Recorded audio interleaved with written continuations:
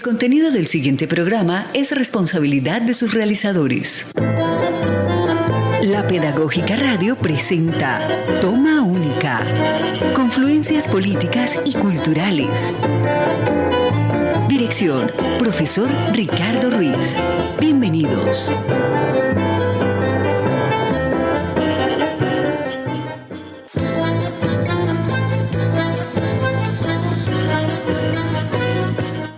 Bueno, querida audiencia de Toma Única, confluencias políticas y culturales, sean bienvenidos a su programa que pasa todos los miércoles a las 2 de la tarde con repetición los días sábados a las 12 del mediodía, aquí en la Pedagógica Radio, voces y sonidos que enseñan. Muchas gracias a todos por su escucha. Un abrazo fraterno a Mario Enríquez, el hombre del Control Master, quien siempre está en los controles y hoy que me acompañan, muy feliz de estar de nuevo con integrantes del semillero Arterias Culturales. Estarán conmigo Nicole Forero y Lorenzo Contreras para una emisión que hemos trabajado mucho en el semillero y consideramos que es importante hacer mención a estas pioneras del teatro colombiano. Iniciábamos el programa del día de hoy con Briela Ojeda, la reconocida cantautora de raíces nariñenses. Sus temas se caracterizan por una fuerte lírica emancipatoria, feminista, reivindicando la ternura y la rabia, haciendo un tema que consideramos un homenaje a las mujeres pioneras del teatro colombiano. El tema se llama Doña Justicia, escogido y seleccionado por Nicole. La metáfora es pensar que en esta toma única le vamos a hacer justicia a tres grandes escritoras, dramaturgas de la historia de nuestro teatro: Soledad Costa de Samper, Gualdina Dávila de Ponce de León y Josefa Acevedo de Gómez. Hoy la emisión 215 de Toma Única, confluencias políticas y culturales, se denomina Las mujeres en el teatro colombiano. Las pioneras. En el mes donde conmemoramos el Día de la Mujer, qué importante visibilizar y afirmar el aporte de estas mujeres en la construcción de un teatro colombiano, estético, artístico, político, crítico, emancipatorio. Además, con esta toma única, también rendiremos homenaje al 27 de marzo, el día de mañana, fecha que según la UNESCO celebramos el Día Internacional del Teatro. Para esta emisión, como les decía, están conmigo en cabina, en la mesa del trabajo, Nicole Forero y Lorenzo Contreras. Nicole, bienvenida una vez más a Toma Única, confluencias políticas y culturales. Amable audiencia, nuevamente acompañándolos el día de hoy desde el semillero de Arterias Culturales y hoy en Toma Única, muy emocionada y muy orgullosa de estar nuevamente en este espacio y espero que también podamos darle posición y posicionamiento a aquellas mujeres que han sido olvidadas y apartadas de la historia del teatro. Así es, lamentablemente tenemos una deuda histórica. Yo debo confesar que tuve conocimiento de estas mujeres, en especial de Soledad Costa de Samper, gracias al gran maestro del teatro colombiano, Carlos José Reyes, quien hizo muchas publicaciones y documentos históricos para escudriñar en todos los aportes de Soledad Costa de Samper. El maestro se nos fue el año pasado. Gracias, maestro Carlos José Reyes, porque al igual que Marina Lamus Obregón, que Fernando Duque Mesa, han hecho tanto por recuperar la memoria histórica del teatro en este país. Lorenzo, bienvenido. Profe Ricardo, muy buenas tardes, compañera y amiga Nicole del Semillero de Arterias Culturales. Es un placer estar nuevamente acá en los micrófonos de Toma Única, de la Pedagógica Radio. Por supuesto, hoy hablando de las mujeres en el teatro, ¿no? De las pioneras, de quienes realmente escribieron, podría decirse que con sangre, esas letras para que después fueran plasmadas en las tablas. Muy emocionado y también muy feliz de estar acá hablando de estas grandes mujeres. Claro que sí, como tú lo decías y lo reafirmaba Nicole, lamentablemente la historia del teatro colombiano tiene una deuda con estas pioneras, con estas mujeres, a las que en realidad las han tenido en una invisibilidad, ¿no? En un ostracismo. Entonces, qué importante venir hoy a Toma Única, no solamente a conmemorar el Día de la Mujer, el Día Internacional del Teatro, sino darle a conocer a toda nuestra audiencia que es tan grande en Colombia, en Latinoamérica, en Estados Unidos, en Europa, de lo que significaron estas tres mujeres en especial para la historia, la primera semilla en el teatro colombiano. Querido Mario, vamos a entrar a la primera etapa de nuestro programa, en tertulia, etapa muy importante donde ponemos en contexto a la audiencia sobre el tema a tratar.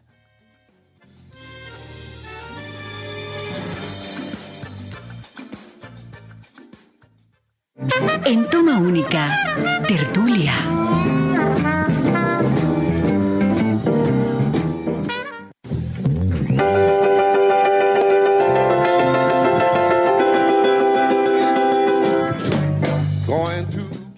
Al entrar en Tertulia, planteamos el tema central de nuestro programa. La idea en esta franja es situar al oyente del tema del que hablaremos.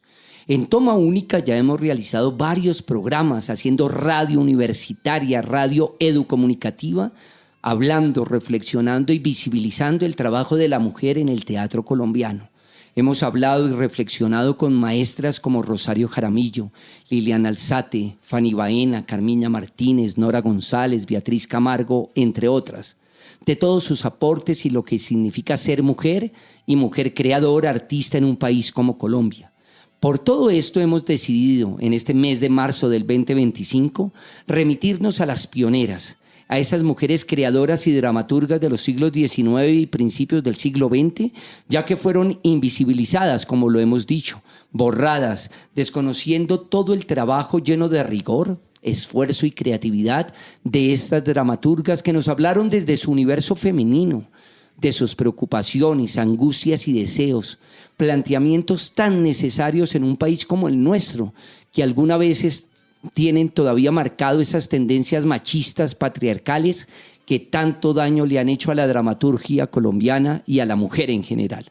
Iniciaremos este viaje hablando de los aportes, obras y textos que nos aportó Soledad Acosta de Samper, reconocida historiadora, pedagoga, narradora y gestora cultural, que nació en Bogotá el 5 de mayo de 1833 y falleció en la misma ciudad de Bogotá el 17 de mayo de 1913. Con una vida prolífica y longeva, en sus 80 años, logró interesantes aportes a la dramaturgia y a la historia de nuestro país. Entre sus principales obras tenemos Luz y Sombra, novelas como Teresa la Limeña, Laura, El corazón de la mujer, y en su papel como gestora cultural hizo una importante labor en la divulgación. Fundó y dirigió revistas como La Mujer, La Familia y Lecturas para el Hogar. Para iniciar, Lorenzo, Nicole, quisiera preguntarles a nuestros futuros maestros en ciencias sociales qué nos pueden decir frente a esta mujer que se convirtió en todo un ícono de los siglos XIX y principios del siglo XX por su genialidad y coraje, sabiendo de antemano de lo difícil para una mujer en este tiempo desarrollar una tarea intelectual y educativa. Bueno, Aldebarán, seudónimo que usaba Soledad Acosta, estrella principal de la constelación de Tauro. Esta mujer, al ser nacida en mayo, era parte de este signo zodiacal. Pero no solo eso, también si nos remitimos a la historia de por qué las mujeres usan seudónimos dentro del teatro y dentro de la literatura, nos remitimos también a un pasado machista en donde se les limitaba su autonomía y su autonomacia en el hecho de poder decir y describir la realidad del momento desde sus perspectivas propias. De esta forma también me gustaría hablar un poco de cómo, de cierta manera, pese a que es anacrónico categorizarla así, claro que sí, es de las primeras mujeres feministas, de las primeras mujeres que se atreven a escribir y a escribir sobre su realidad y también desde las fantasías a plasmar algo típico del momento. También me gustaría referirme como dentro de los libros o de los prólogos de Soledad Acosta de Samper se encontraban escritos por su marido, José María Samper, el cual muchas veces decía que él animaba a la escritora a hacerlo porque era algo que él quería que ella hiciera, lo cual nos limita también de cuál ha sido el papel de la mujer y hasta dónde llega la autonomía femenina en el siglo XIX y principios del siglo XX. Asimismo, tenemos que evidenciar que el coraje de escribir al lápiz y papel no era algo fácil de la época, y también ilustraba cómo estas mujeres eran de la alta alcurnia. El papel no era algo fácil de acceder, era un beneficio de la clase alta de la época, de la clase santafereña de la época, entendiendo también que en el siglo XIX estábamos iniciando con esta república en el país, donde después de salir de una colonia y de procesos de independencia se estaba consolidando una nación, lo que llamaríamos actualmente como la patria boba. Estábamos en toda esta época ilustrándonos a través de aquellas cosas que traíamos de Europa, como los derechos del hombre y del ciudadano, que también en su controversia en Francia también salen los derechos de la ciudadana y de la mujer. También entendiendo por estos lares, entendemos que también Soledad Acosta era hija única, una mujer severamente ilustrada, manejaba 3 idiomas, manejaba el francés, el inglés y el español. El inglés porque su madre era anglosajona, el francés porque parte de su adolescencia se crió en Francia, en París específicamente, y el español por ser nativa de Colombia. Entonces esto nos da un gran abordaje de cómo esta mujer concebida la época en la que vivía, y también, como decía Marc Bloch, a veces nos parecemos más a nuestras épocas que a nuestros mismos padres. A propósito, y te agradezco, Nicole, toda esa semblanza tan interesante que haces de Soledad Acosta de Samper, quiero enviar desde aquí un saludo fraterno al maestro Adolfo Atiortúa, nuestro maestro icónico de la licenciatura, quien ha hecho varias publicaciones, por supuesto, con su eje central sobre la historia de Colombia, pero él ha escrito sobre la historia del Ejército Nacional, y sé que el maestro Atiortúa también tuvo que consultar esos escritos que hizo la maestra Soledad Acosta de Samper al respecto. Dice el maestro Carlos José Reyes: como historiadora, Soledad Acosta de Samper escribió la biografía del general Joaquín Acosta, del general Antonio Nariño, varios retratos de diversos personajes incluidos en el grupo llamado Biografías de Hombres Ilustres o Notables relativas a la época del descubrimiento, conquista y colonización, y los piratas de Cartagena y muchos más. Es decir, yo tengo la certeza que muchos historiadores en nuestro país han tenido que recurrir a estas primeras investigaciones de Soledad Acosta de Samper. Es decir, una mujer hablando, escribiendo sobre hombres con una total entereza, organicidad, entrega, disciplina. Adelante, Lorenzo. Me parece muy importante lo que menciona la compañera Nicole, y exactamente nos referimos a eso. Es todo ese proceso histórico que se da durante, digamos, toda esa construcción de literatura, de teatro, de pintura que se da durante esta época. Por supuesto, no solo de las mujeres, ¿no?, sino también de lo que se venía, digamos que transmitiendo desde otros aires, como los aires europeos. Soledad Acosta de Samper se marca como un sujeto histórico activo en este momento, ¿no? Durante sus últimas décadas de la vida y de la obra de Soledad comienza a ser ampliamente estudiada y divulgada por sus obras y por su reconocimiento. Yo creo que aquí hay que anotar algo importante y cabe destacarlo: es el momento histórico, ¿no? Lo que sucedió todo en el siglo XIX, la independencia, cómo era la sociedad en este momento. ¿Cómo nos influyó toda la colonia, no? Claro, es que era una sociedad completamente patriarcal y machista. La mujer no estaba en un rol o no estaba en una posición en la que podía expresarse fácilmente. Incluso, Lorenzo, excúsame si me permites, que posteriormente lo vamos a hablar. Soledad Acosta de Samper, Gualdina Dávila de Ponce de León, Josefa Acevedo de Gómez. Recordemos que hasta no hace muy poco, diría yo 6 lustros, las mujeres casadas tenían el apellido del marido. Claro, profe, y eso tiene su clave, y es que ellas necesitaban ser respaldadas por un hombre en ese tiempo, si no su trabajo no iba a ser evidenciado. Por ejemplo, en este caso, Soledad Acosta de Samper tuvo la fortuna de poder realizar sus estudios fuera en Europa y de poder, digamos que, transmitir todo este conocimiento que ella tenía, gracias a que pertenecía a una familia aristocrática de la época, ¿sí? Y que estaba respaldada por un apellido que en sí su padre era militar. Y acuérdate que su esposo, nada menos, ya hacía alusión Nicole, José María Samper, ¿no? Un hombre que también escribió muchas comedias interesantes en este país para analizar el contexto histórico. Lo que hace ella es que reivindica, además de sus contribuciones a la literatura, y desafía las prescripciones de género de ese momento, ¿no? Fue completamente una transgresora de su época, o sea, subvierte, y como lo dice la compañera Nicole, creo que es la pionera y la feminista más importante que se ha dado desde el siglo XIX a estos días. Yo creo que María Cano después tomó también arbores de ese coraje de Soledad Acosta de Samper. Claro que sí, profe.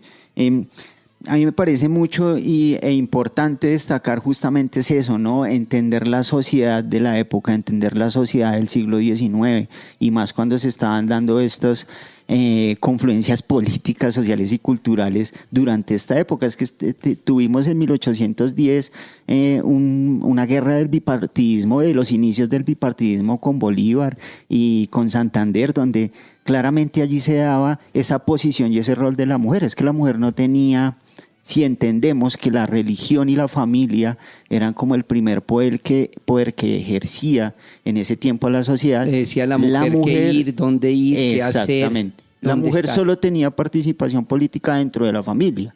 Entonces hay que, digamos, tener también claro muy bien la posición histórica de este momento. Así es. Asimismo, también es importante recalcar el por qué, en este caso, Soledad Acosta de Samper no fue censurada. Porque si bien fue irreverente para su época, no fue lo suficientemente controversial para ser censurada. Era una mujer que también estaba ligada a su tiempo. Claro, que lastimosamente que quizás muchas cosas de las que nos quiso decir Soledad Acosta quizás no llegaron a los escritos finales. Así es. Asimismo, o lo puso en voz de los personajes. Que creo que ella de alguna manera era muy inteligente porque ponía códigos a través de la escritura. Así es. Como por ejemplo enseñarle buenos modales a los hijos, cómo poder formar una familia, pero que desde ahí se notaba fuertemente ese carácter crítico hacia el patriarcado y hacia el machismo de la época. Y que Soledad Acosta, porque también hablar del apellido de Samper es darle un objeto, una propiedad a una mujer, que también ya nos decía un poco acá el compañero Lorenzo de cómo esto infiere y cómo se necesita un respaldo masculino para poder ser alguien en el siglo XIX-XX, que si recordamos el voto para las mujeres fue hace apenas 71 años, 1954 durante la dictadura del general Rojas Pinilla. Entonces esto también nos deja albores del pasado y de cierta manera una forma de analizar desde los ojos femeninos cómo es ser esposa. Por ejemplo, Soledad Acosta tuvo 4 hijas y no tuvo nietos, lo cual también nos da un poco luces a la enseñanza que ella le dio a sus hijas. Así es. Y pese a las revistas donde solamente participaban mujeres porque era el deseo de ella, también vemos de que hay lecciones para el hogar, lecciones para poder ser una buena señorita, pero también a mí algo muy curioso que me pareció fue uno de los estudios de la Universidad de los Andes a través de la profesora Carolina Alzate. Ella decía que muchas veces ella creía que en los diarios que recopiló de Soledad Acosta veía que a veces su marido no la entendía. Y ella decía, muchos de los escritos estoy segura que José María Samper no los entendió. No los entendió. No quiero dejar pasar por alto un elemento clave de el seudónimo. Fíjate que también aquí en Toma Única estamos debiéndole una toma única a nuestra gran escritora Piedad Bonet, que recientemente el año pasado nos regaló un libro extraordinario, La Mujer Incierta. Y en La Mujer Incierta incluso la propia Piedad Bonet comenta que a fines del siglo XX, en un concurso que ella estaba participando, le tocó escribir con seudónimo masculino porque tenía la certeza que si ponía su nombre en femenino no iba a ser premiada. Fíjate que hasta arbores del siglo XX todavía la mujer tenía ese signo, ¿no? El hecho de no ser reconocida por su talento y trabajo y tenía que anteponer un seudónimo. Una de las obras más conocidas y significativas de Soledad Acosta de Samper fue la comedia El Viajero, obra montada sobre un equívoco. El maestro Carlos José Reyes, querido historiador y dramaturgo que les decía, falleció el año pasado y a quien le tenemos enorme agradecimiento, nos aportó tanto para comprender y conocer mejor la historia de teatro en nuestro país. Nos dice a propósito de esta obra: la comedia está concebida como un juego de artificio, con una estructura armada a partir de casualidades al modo de muchas comedias decimonónicas, de cuyo modelo se burlaba el propio Oscar Wilde. En una comedia como la importancia de llamarse Ernesto. Es curioso, por ejemplo, cómo coincide la llegada del verdadero prometido con la aparición de este viajero casi al mismo tiempo, lo cual convierte a la casualidad en una fórmula de la intriga escénica. Consideramos que este sí que era un extraordinario homenaje al hablar del viajero. En esta comedia, la maestra Soledad hace una crítica directa a la impostura, a la doble moral, a la falsa sabiduría y al alarde de algunos términos pedantes y confusos que dejaban entrever algunos miembros de la sociedad bogotana de este siglo, que lamentablemente aún hoy se siguen manteniendo, ese arribismo y elitismo tan propio de la clase burguesa de nuestro país. En este contexto, Nicole, Lorenzo, ¿qué podemos ampliar cuando el teatro es el espejo de la realidad de un contexto histórico determinado al cual nosotros, ustedes como futuros licenciados en ciencias sociales, tienen que tomar esta intertextualidad, ¿no? Lo fecundo, lo rico que es tomar el teatro. Esto es investigar al margen de las ciencias sociales, investigación de borde, que le llaman los sociólogos. Profe, hay que ver también cómo se desarrollaba el teatro en esta época del siglo XIX, ¿no? Si bien no nos mencionan en el estudio y en el trabajo que se hizo de investigación, el teatro a Colombia llega sobre el siglo XV, siglo XVI, el desarrollo real es en el siglo XIX, pero habría que entender de qué forma se tenía acceso al teatro, y creo que justamente ella hace en esta comedia, en esta tragicomedia, hace, digamos, alusión a ello, y es, por un lado, no todo el mundo tenía acceso al teatro, solo la aristocracia tenía acceso a ese teatro, y quienes hacían parte de ese teatro, los actores principales o actrices, eran personas de la aristocracia, de familias, muchos de ellos europeas, españoles o franceses, en ese orden de ideas. Y el teatro popular que era en las calles era para las personas de clases más bajas, ¿no? Entonces creo que entendiendo, digamos, ese desarrollo del teatro en el siglo XIX, es a donde llega como la crítica de esta pionera del teatro, ¿no? Ella sabía muy bien hacia dónde dirigía toda su crítica, hacia una sociedad que era claramente patriarcal y machista. En un ejemplo, podemos poner que las mujeres, por ejemplo, cuando las actrices que interpretaban aquellas obras, las españolas europeas eran las que hacían parte de los papeles protagónicos más importantes, y a la mujer colombiana la colocaban allí como en esa prototipo de belleza y de mujer, como la que hacía pecar al hombre, ¿no? Eso es algo interesante por resaltar. Y lo mismo pasa, por ejemplo, en obras donde utilizaban a los campesinos o a los indígenas, en obras de menor, como los utilizaban, ¿no? Sí, los de rangos forma peyorativa. Exacto, los rangos que les ponían, porque justamente también el teatro marcaba, digamos, esa desigualdad de género. Asimismo, también me parece importante, esto es más como un dato curioso que descubrí también un poco explorando la vida de Soledad Acosta, que esta mujer vivía enfrente del Teatro Colón, más específicamente al lado del Palacio de San Carlos.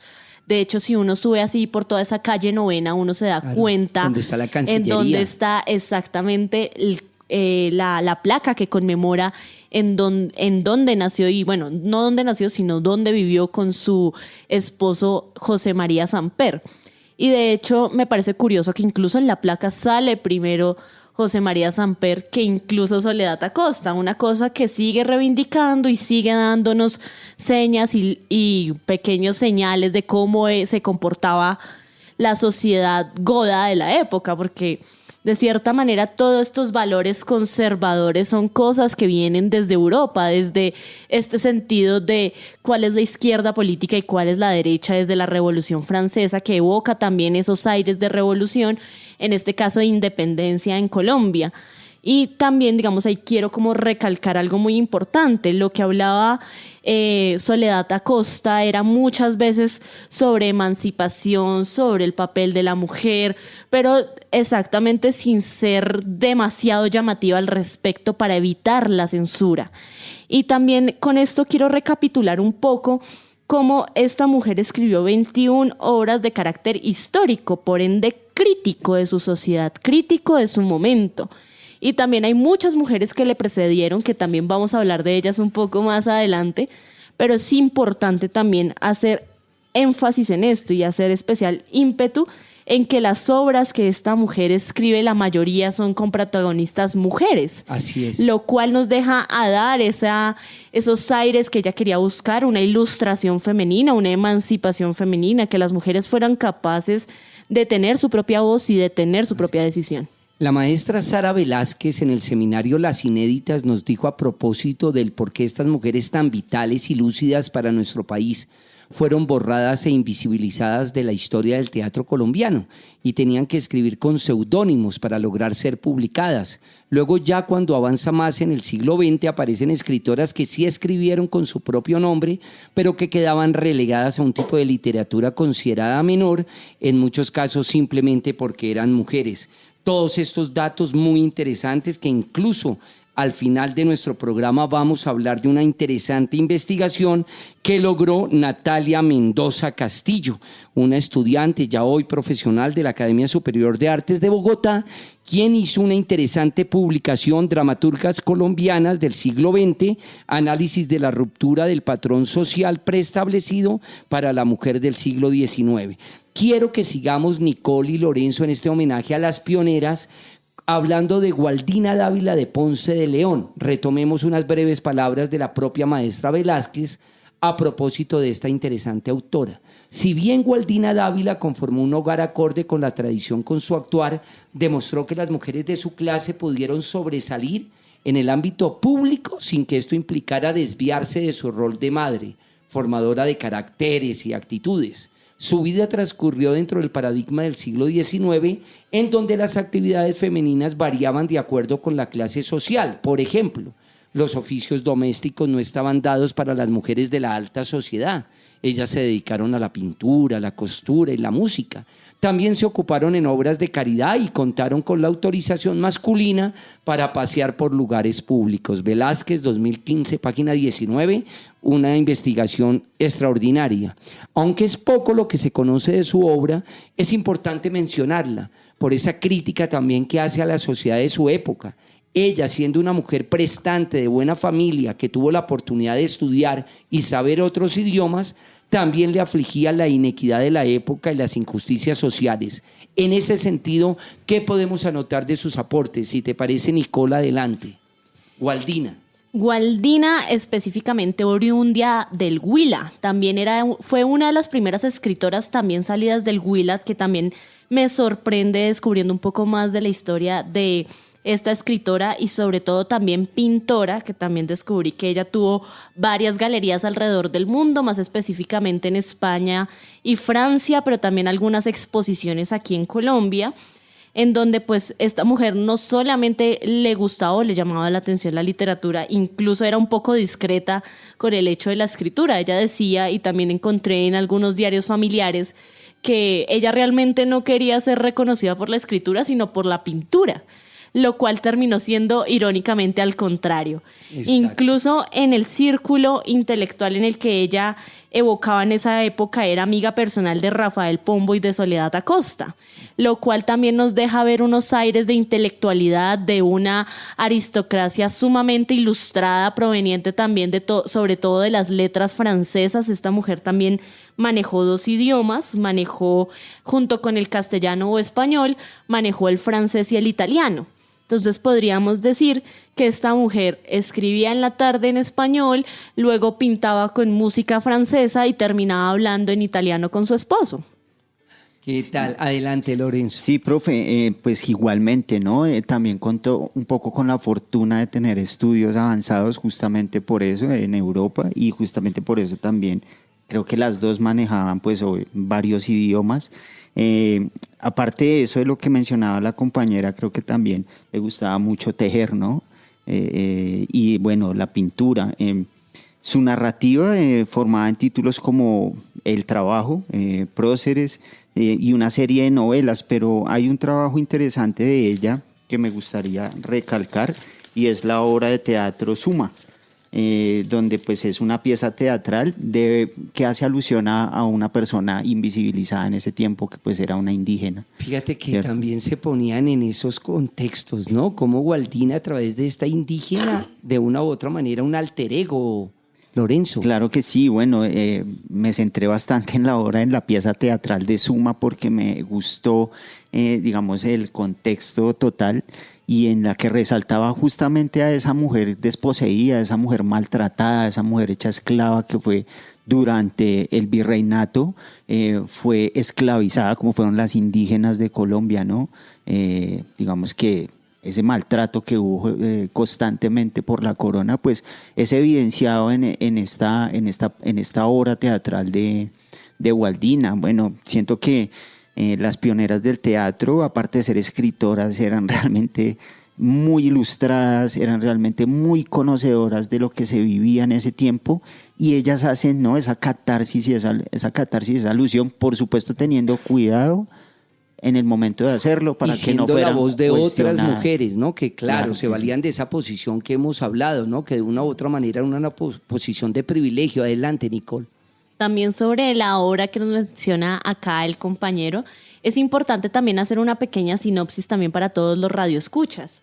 Dentro del texto que ya comentaba el profesor, también hablábamos un poco de cómo ella escribe Suma, la cual nos muestra la inconformidad de los indios por la colonización, por estar sometidos a la voluntad de los españoles. Muestra la sed de venganza y la necesidad de la liberación de un pueblo indio frente a sus colonizadores. En medio de este contexto, Suma, una india esclava al servicio de la virreina que es condenada por traición y por intentar envenenar a la misma, quien le tiene un gran aprecio, cuando en realidad Suma estaba intentando curarla. Justo en el momento de la ejecución, la virreina llega a salvar a Suma en frente de todo el pueblo indio, lo que hace que en estos contextos cambie su percepción sobre la virreina e incluso el drama termina con la virreina aboliendo la esclavitud india. Ahí está, una invitación total para que todos nuestros radioescuchas de Toma Única, Confluencias Políticas y Culturales, puedan consultar esa interesante obra, Suma.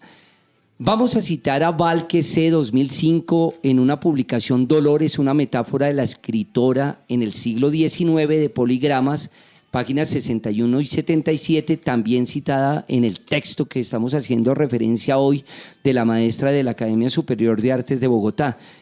Abro comillas, ser escritora en el siglo XIX era, según el imaginario de la época, transgredir una ley natural.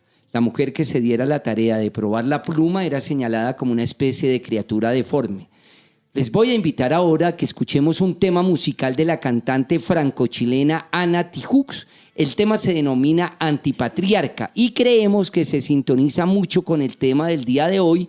La canción fue seleccionada por María José Ruiz. Entonces, querido Mario, vamos con Antipatriarca, que creo tiene que ver mucho con el ADN de las mujeres pioneras que le estamos haciendo homenaje hoy.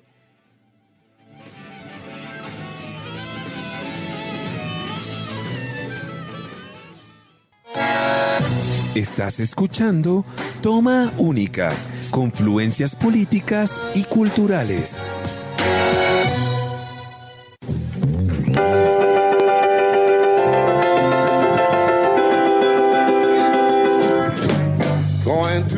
Regresamos a Toma Única, Confluencias Políticas y Culturales, espacio de nuestra licenciatura en Ciencias Sociales y la Facultad de Humanidades. Un saludo fraterno a nuestro decano, el profesor Alexander Celi Rodríguez. Otro saludo fraterno al profesor Wilson Acosta, director del Departamento de Ciencias Sociales. Y, por supuesto, otro saludo fraterno a la profesora Marisol Ávila, coordinadora de la licenciatura en Ciencias Sociales. A ellos tres y a toda nuestra comunidad de la licenciatura en Ciencias Sociales, muchas gracias por creer en este proyecto de facultad que se articula conjuntamente el semillero Arterias Culturales y la emisión de Toma Única.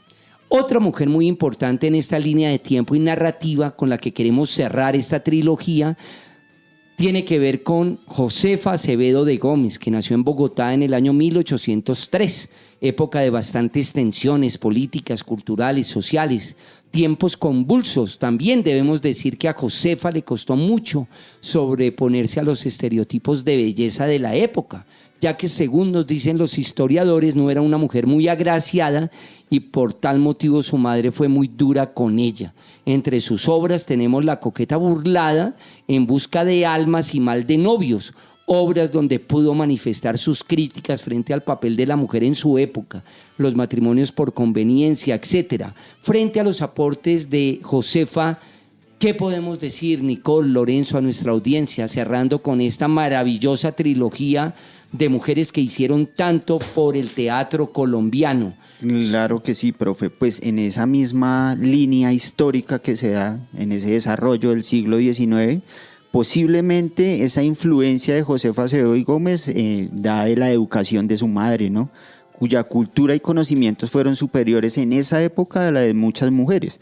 Es por ello que se contribuye a explicar por qué Josefa Acevedo fue la primer mujer escritora de la época republicana. O sea, ella rompe ese prolongado silencio femenino del periodo colonial, durante la cual pues su voz y la voz de su madre, que transcurre entre 1671 y 1742, tuvo un eco en la literatura nacional. Sí, es que en esta época la institución que más ayudaba a las mujeres, a la élite, a realizarse como escritoras era la familia, lo que yo pues les contaba anteriormente. Entonces, parientes consanguíneos, afines, compadres, profesionales, amigos, conocidos, eran una red fuerte, poderosa de la cultura en la sociedad y en la política. Es allí, desde la familia, el espacio doméstico, donde pues en este campo las mujeres podían tener esa formación a la educación, ¿sí? Así y podían ejercer poder y autoridad, especialmente casadas, ¿no? Esto es importante anotar ahí. Claro. Tenía que casarse y si eran viudas mejor, que es algo que también me causó curiosidad. Entonces, creo que este campo, digamos que logró darle esa herramienta fundamental a estas mujeres pioneras para escribir. Muchas gracias, Lorenzo. Nicola, adelante. Josefa Acevedo de Gómez. Hablando de Josefa Acevedo, también me gustaría nombrar algo muy específico. Esto también salió en la revista El Espectador cuando hicieron una nota sobre ella, que ella comentaba en su autobiografía que no había un momento más importante para una mujer, sino era cuando la familia le compraba el vestido para ser presentada en sociedad, mientras los hombres estaban en las cantinas disfrutando de la vida. Entonces decía que era de libre albedrío decir para los hombres en qué momento se iban a casar, mientras las mujeres tenían que estar preparándose toda su vida para su momento culmine, en donde prácticamente se les acababa la vida, que era en el matrimonio, porque no tenían otro rol más que ser esposas y madres. Asimismo, también es importante recalcar, ya con lo que el profe comentaba, sí, Josefa Acevedo no era muy querida por su madre en el contexto de que ella la consideraba una mujer fea. Entonces, por esto también ella tenía que esforzarse en tener otros dotes y Josefa no le gustaba mucho este papel, este rol de ser la madre tradicional, por ende era un poco rebelde. Y eso también es algo que recalcaba en su autobiografía, a lo cual que también decía que no le tuvo un gran aprecio a su madre también, y que decía que también su vena artística despertó luego de la muerte de su padre. Entonces, lo cual también desata un poco las dudas de cómo es el papel de la mujer, cómo es la mujer en la época, cómo es la mujer en el siglo XIX, en donde las mujeres empiezan a despertar, o quizás no despertar, sino también a buscar otros medios de comunicarse, porque también las mujeres no es que no hayan querido hablar durante todos los siglos que ha transcurrido la historia de la humanidad, sino que simplemente han sido censuradas en su papel como mujeres, en su papel de objetos suntuarios de crianza, incubadoras humanas, en donde incluso ella también mencionaba que si bien ella se casó, su esposo no era que le tuviera amor, sino que fue más franco con ella de que le tenía un cariño y que necesitaba casarse para poder criar a su hijo porque tenía un hijo de un matrimonio anterior. Imagínate. Bueno, querida audiencia de Toma Única, sabemos de antemano, y ojalá esa es nuestra aspiración, que estas vías de acceso que les dimos para conocer mejor la dramaturgia, las investigaciones que hicieron Soledad Costa de Samper, Gualdina Dávila de Ponce de León y Josefa Acevedo de Gómez, sea un punto de partida para visibilizar a estas mujeres que, como decía anteriormente, tenemos una deuda histórica con hablar del trabajo, del teatro que ellas hicieron. Yo los voy a invitar ahora a que entremos en Aguja y Vinilo, una etapa muy importante de Toma Única.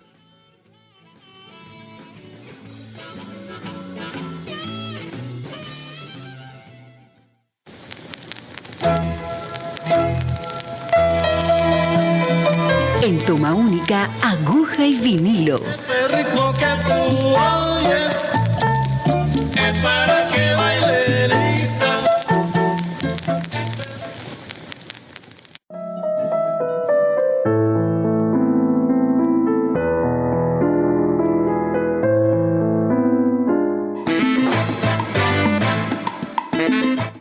En las emisiones de Toma Única hacemos una evocación de los acetatos, de los vinilos, de ese sistema sonoro maravilloso. El acetato seleccionado para esta emisión se llama 15º Festival Nacional Mono Núñez, Ginebra, Valle. 1989. Acetato producido por Smurfing Cartón de Colombia LP, que recoge los mejores momentos de la edición número 15 de este festival, considerado como uno de los mejores que representan nuestro folclore nacional. El tema que seleccionamos se llama Orgullosamente Mujer, del connotado compositor Héctor Ochoa. El tema lo interpreta el dúo de música colombiana Las Melis de Medellín. Y el tema nos evoca el papel de la mujer, esa mujer echada pa'lante que representa la ternura, la dulzura, la posibilitadora de sueños de paz, esa mujer alejada de los reinados y de la esclavitud, es decir, una mujer llena de identidad, de feminidad, de sororidad, que representa muy bien esta trilogía de oro del teatro colombiano, Las Pioneras.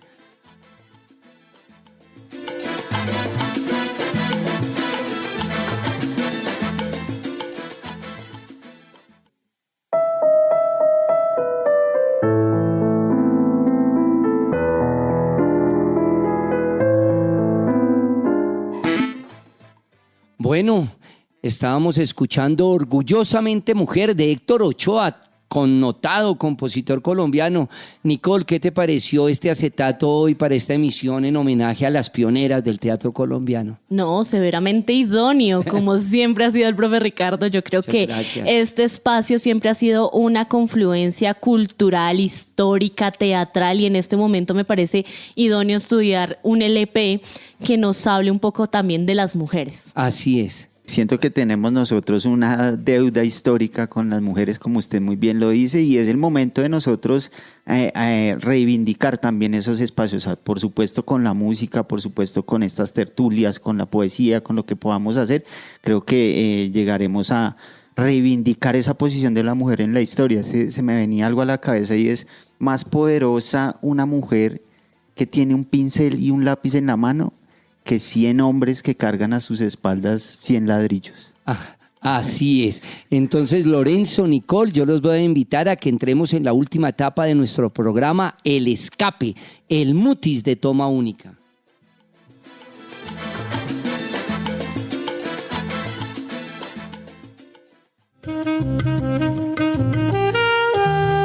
En toma única, El Escape.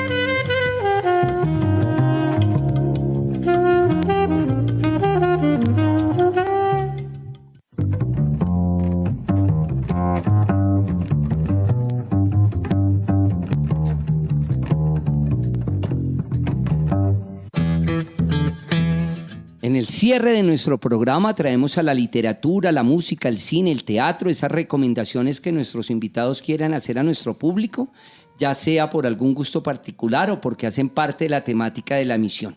Antes de darle la palabra a Nicole, a Lorenzo, pues recomendarles que por favor accedan a los teatros, a las investigaciones, a las publicaciones, a las obras que hicieron Soledad Costa de Samper, Gualdina Dávila de Ponce de León y Josefa Acevedo de Gómez.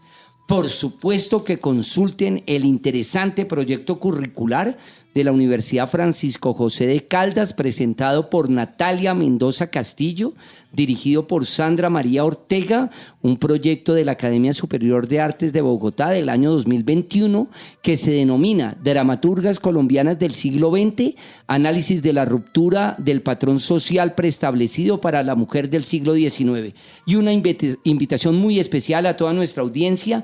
Mañana, en el Teatro La Candelaria, la maestra Patricia Ariza nos hace una invitación muy, pero muy interesante para toda la audiencia de Toma Única, que ojalá lleguen temprano.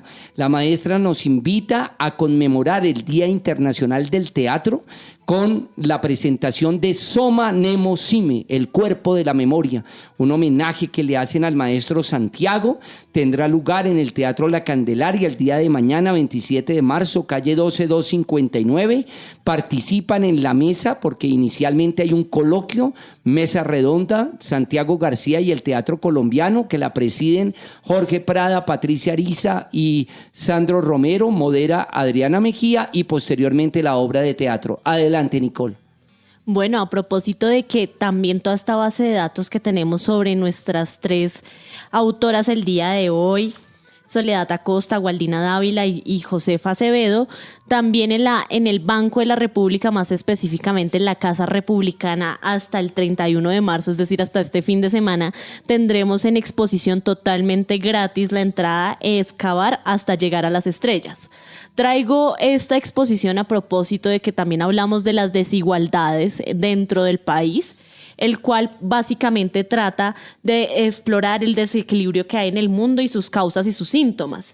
La sala está dividida en 2 capítulos: Vida en equilibrio, indicios, y Vida en desequilibrio, en donde en la primera parte, con obras artísticas, se presentan indicios de una vida en equilibrio, imágenes prehistóricas, paisajes aún sin explorar, objetos impregnados de ancestralidad y selvas utópicas. Y en el segundo capítulo, que incluye obras con representaciones de una civilización urbana inmensa en una tecnología, la explotación de la tierra y la robotización de la industria. Entonces, con esto los invito. Por otro lado, yo quiero hacerles una invitación a que consulten la Biblioteca Soledad Acosta de Samper virtual de la Universidad de los Andes. Van a encontrar documentos muy preciados, mucha documentación acerca, por supuesto, de la maestra, de la pionera, de nuestras grandes pioneras que estaremos todo el tiempo tratándolas de reivindicar, incluso en el aula también. Y por otro lado, consulten nuestras páginas y nuestras redes sociales: Toma Única, Arterias Culturales en Facebook e Instagram, y por supuesto los iBooks en Pedagógica Radio Toma Única. Y así es. Muchas gracias, Nicole Forero, Lorenzo Contreras. Estábamos haciendo cuentas en nuestro semillero de casi 25 emisiones de Toma Única producidas por el semillero, y ya estamos preparando un artículo que sistematiza toda esta experiencia tan rica que hemos articulado entre Toma Única y el semillero de investigación Arterias Culturales. Bien, muchísimas gracias por acompañarme cada miércoles a las 2 de la tarde y los sábados con la repetición a las 12 del mediodía. Recuerden descargar nuestros programas en las plataformas de iVoox y Spotify. Les acompañaron en la producción general Yolanda Barrantes y Diana Torres, en comunicaciones Laura Chávez, en el control máster y en los controles Mario Enríquez. Agradecimientos a nuestro director, profesor Alejandro Sepúlveda, y también quiero agradecer a Samantha Vergara por su divulgación de nuestros programas en las redes sociales de nuestra licenciatura en Ciencias Sociales, y agradecimientos especiales a Marta Rodríguez, a Lorenzo Contreras por el apoyo en la creación y difusión de nuestros programas a través de las redes sociales, y también a los participantes del semillero de investigación Arterias Culturales. Yo soy Ricardo Ruiz Angulo, docente de la licenciatura en Ciencias Sociales de la Facultad de Humanidades, y como siempre ha sido un placer estar con todos ustedes. No lo olviden, tenemos una semana también muy importante del 7 al 11 de abril, la Semana de las Humanidades. Hasta la próxima, Toma Única.